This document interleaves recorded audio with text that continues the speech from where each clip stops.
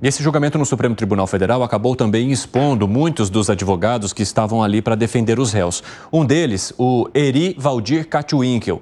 O Solidariedade decidiu expulsar esse advogado que era filiado ao partido depois dos ataques do criminalista ao ministro do Supremo Tribunal Federal ou aos ministros. A gente tem aqui no nosso telão a nota que foi emitida pelo partido Solidariedade em relação a essa expulsão. Vamos colocar aqui no nosso telão para que a gente possa jogar para o nosso debate. Decisão de expulsão imediata, e aí colocou imediata em letras garrafais vermelhas, de filiado. Decidimos expulsar do nosso quadro de filiados o advogado Eri Katwinkel, que proferiu graves ofensas aos ministros do STF durante um julgamento realizado hoje em Brasília.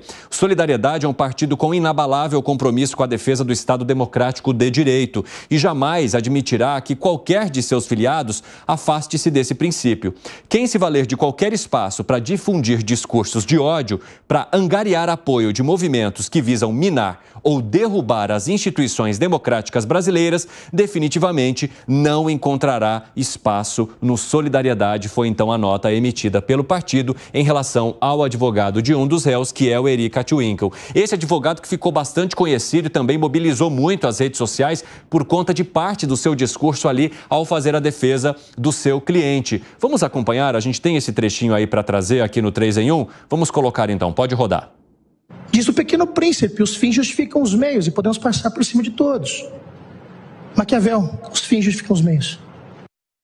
Disse o Pequeno Príncipe, os fins justificam os meios. Fez uma confusão ali, né, de Antoine Saint-Exupéry com Maquiavel. Misturou o Pequeno Príncipe como príncipe. Quero saber de você, hein, Fábio Piperno, o que isso expõe também sobre a defesa. É claro que essa foi uma questão que chamou bastante a atenção, que mostraria, entre aspas, o despreparo dos advogados que estavam ali. Mas não é essa a principal questão que a gente quer tocar aqui no 3 em 1, mas em sim o fato dele ter sido expulso do seu partido, que era o Solidariedade, exatamente porque a direção do partido considerou que ele fez um discurso de ódio em relação aos ministros do STF. E esse advogado não foi o único que chamou a atenção ao fazer essa defesa. Inclusive, ele recebeu uma resposta muito contundente do ministro Alexandre de Moraes. Vamos dar uma olhada agora. Os alunos do curso de Direito da Universidade de Rio Verde, de Goiás, hoje tiveram uma aula do que não deve ser feito na tribuna da Suprema Corte do país. Hoje tiveram uma aula do que um advogado constituído não deve fazer para prejudicar o seu constituinte. E só não seria mais triste com o Pequeno Príncipe de Antoine de Saint-Exupéry, que são obras que não têm absolutamente nada a ver.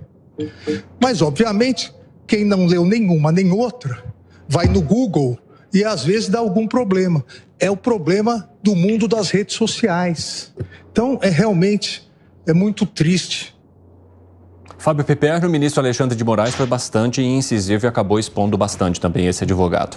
Bom, no capítulo literatura, né, Maquiavel nunca disse textualmente essa frase que exatamente. É comumente atribuída. Inclusive tem isso. Ela foi dita de uma outra forma que poderia ser interpretada assim, mas não necessariamente escrita. Os fins não justificam os meios ou justificam os meios. Agora, eu não levo a sério os padrões éticos dos partidos brasileiros, aliás, de quase lugar nenhum do mundo, mas especialmente daqui, de nenhum.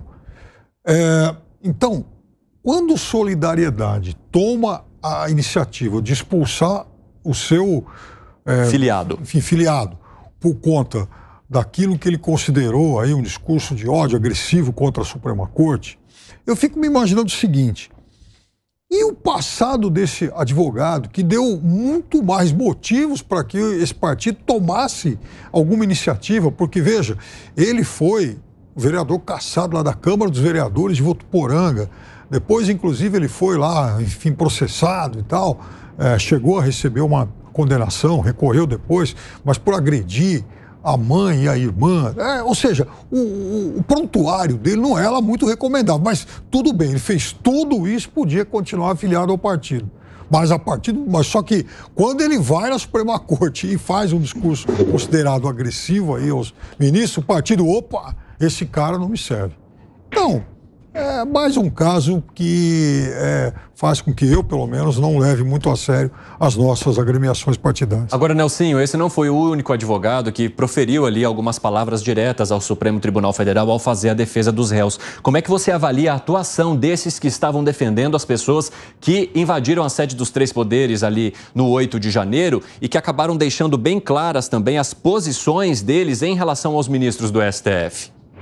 Olha, André, é sempre muito difícil falar dos colegas, né? Mas claro, a gente te coloquei numa posição meio complicada aí, né? Não, mas eu posso falar porque, assim, quem se coloca também na condição de fazer um julgamento público e televisionado para todo o Brasil tem que estar sujeito também aos comentários. Essa questão da atuação dos colegas advogados ali, claro que muitos deles saíram fora dos limites dos casos que estavam em julgamento, exato.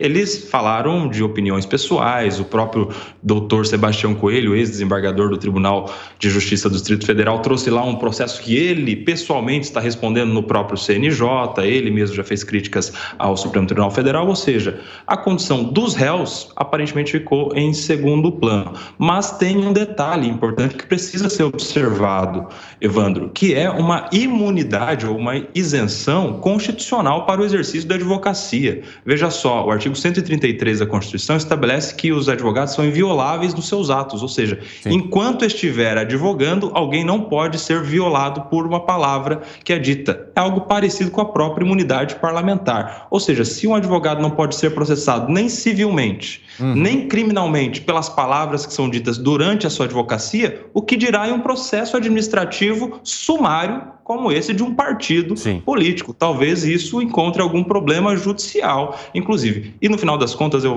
vejo que essa atitude do Solidariedade é muito mais destinada ao judiciário do que propriamente ao advogado filiado, agora expulso. 5 horas em ponto, estamos de volta aqui com 3 em 1. Bem-vindo e bem-vinda você que está chegando também pela rádio. É muito bom ter a tua companhia por aqui, poder unir todo mundo em todas as plataformas ao vivo para a gente debater os assuntos nessa sexta-feira, amarrar a semana em alto nível. Nós estamos falando aqui sobre o julgamento do STF, né, dos 3 réus em relação aos atos do 8 de janeiro e debatendo, inclusive, a atuação dos advogados que representaram esses réus. Mas, necessariamente, né, e falando agora do Eri Catuinckel, que é o advogado que defendeu um dos réus nesta quinta-feira e que acabou confundindo ali os príncipes, né, trocando o Pequeno Príncipe pela obra O Príncipe de Maquiavel. Gustavo Segré, o Nelsinho já fez uma avaliação no bloco anterior sobre a atuação desses advogados que acabam levando casos próprios e proferindo ali as palavras aos ministros do STF, o que depois é respondido também com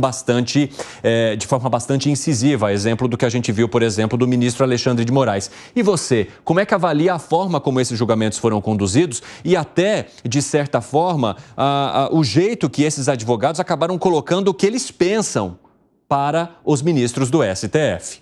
Você sabe, Evandro, que eu não conheço de leis e o Kobayashi poderá nos ajudar muito nesse ponto, mas eu enxergo que essa colocação do advogado nesse momento é uma questão do processo. Não me parece que o discurso do advogado vai mudar muita coisa no voto do ministro, nesse caso da Corte. Mas todos os advogados que apresentam essa sua defesa ou da defesa do seu cliente, com certeza estão aproveitando que todos os holofotes estão colocados nele com o objetivo não somente de mostrar, pelo menos na sua subjetiva interpretação, que ele tem competência para isso, sino também para divulgar que ele existe. Nunca na minha vida eu tomaria como uma forma de defesa, e não sou advogado, agredir a quem deve julgar a meu defendido. Já como que eu vou partir para o ataque de quem deverá proferir uma sentença de quem eu estou defendendo? Então, como estratégia, me parece ridícula. Muito mais o despreparo desse advogado, mas de qualquer maneira, ele com certeza obteve o que todo mundo queria, se for ele a sua estratégia, que é que todo mundo fale dele. Exatamente. Agora, Dávila, isso também traz à tona uma questão que você colocou bastante aqui nos nossos debates, que é a transmissão e a grandiosidade que se ganhou nesses debates e nesses julgamentos do STF com a questão da postagem, daquilo que vai ganhar like, daquilo que vai ganhar curtida. E isso acaba se dividindo entre os dois lados. Expõe os ministros e os ministros acabam se expondo também nisso e também, consequentemente, aqueles que vão fazer a defesa. Todo mundo acaba utilizando um espaço como palanque, se a gente for analisar. É interessante, né? Essa história da visibilidade transformou o Supremo no Big Brother, né? Cada um vai lá fazer o Big Brother, vai lá, discute, fala, quer saber do like na rede social. O negócio é o seguinte, democracia para funcionar, Estado de Direito para funcionar, precisa de 3 coisas: civilidade, respeito às regras do jogo e tolerância. 3 coisas que nós não vimos nesse país há muito tempo, principalmente nas relações com o Supremo Tribunal Federal. Não só a postura dos advogados. A gente esqueceu ontem que a gente viu um embate entre o ministro Alexandre de Moraes e André Mendonça, que também foge completamente ao parâmetro de civilidade, de respeito, de tolerância que se espera dos membros da Suprema Corte de um país. Isso mostra algo muito preocupante, como o Estado de Direito no Brasil está debilitado por uma questão de ausência de comportamento, de respeito às regras da civilidade, de respeito às regras da democracia. E aí tudo fica subjetivo, tudo fica arbitrário. E você sai e não sabe o que pode acontecer com você o dia seguinte, porque um juiz faz uma interpretação absolutamente estapafúrdia. Aliás, não tem a ver com o Supremo, mas tem a ver com o Judiciário, que vale a pena a gente tocar aqui.